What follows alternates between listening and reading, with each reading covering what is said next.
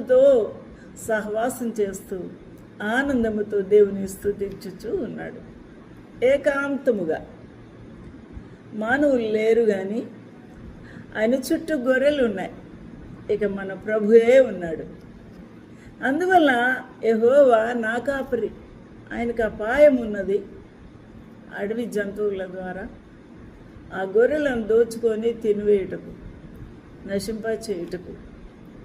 మరి ఆయనను కూడా అడ్డుకుంటే తన ప్రాణమును చీల్చి చెండాడే క్రూర జంతువులు కూడా ఉన్నాయి.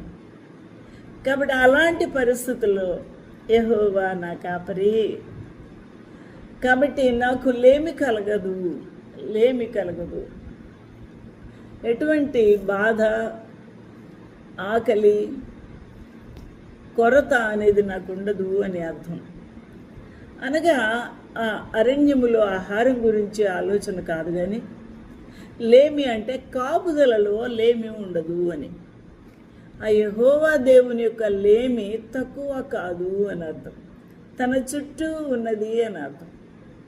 అందుకే 34వ సంకీర్తనలో ఏమని వ్రాస్తూ ఉన్నాడు? ఆయన యందు భయభక్తులు గలవారి చుట్టూ ఆయన దూతలు కావలి ఉండి సంరక్షిస్తాయి.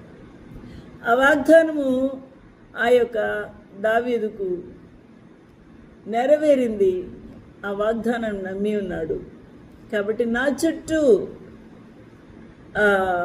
యెహోవా దేవుడు ఉన్నప్పుడు ఆయన చుట్టూ అద్భుతమైన దేవదూతల సమూహం ఉంటుంది.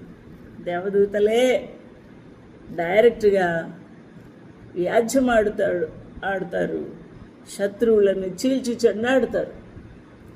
కాబట్టి యెహోవా దేవుడు నా చుట్టూ ఉన్నప్పుడు, నా కాపరిగా నన్ను నడిపిస్తూ ఉన్నప్పుడు ఏమాత్రం లేమి ఉండదు. హల్లెలూయా! ఎంత బాగుందండి. ఎందుకనగా యెహోవా దేవుని వెంబడ ఎవరున్నారు? ఆయనే యుద్ధం చేయక్కర్లేదు. ఆయనను వెంబడించుచు ప్రభును స్తుతించుచు ఉన్న దేవదూతలు ఉన్నారు. అన్నిటికన్నా అద్భుతమైన ఈ యొక్క అనుభూతి ఆయన ఎడల ఎక్కువగా ఉంది. అయితే ఇక్కడ ఇంకొక విషయాన్ని కూడా మనం అర్థం చేసుకోవాలి.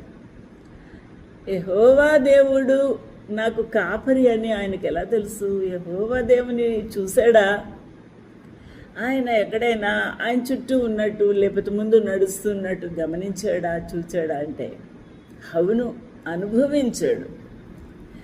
ఆయన ఖచ్చితంగా ఆ ప్రభు యొక్క సన్నిధి, ఆ ప్రభు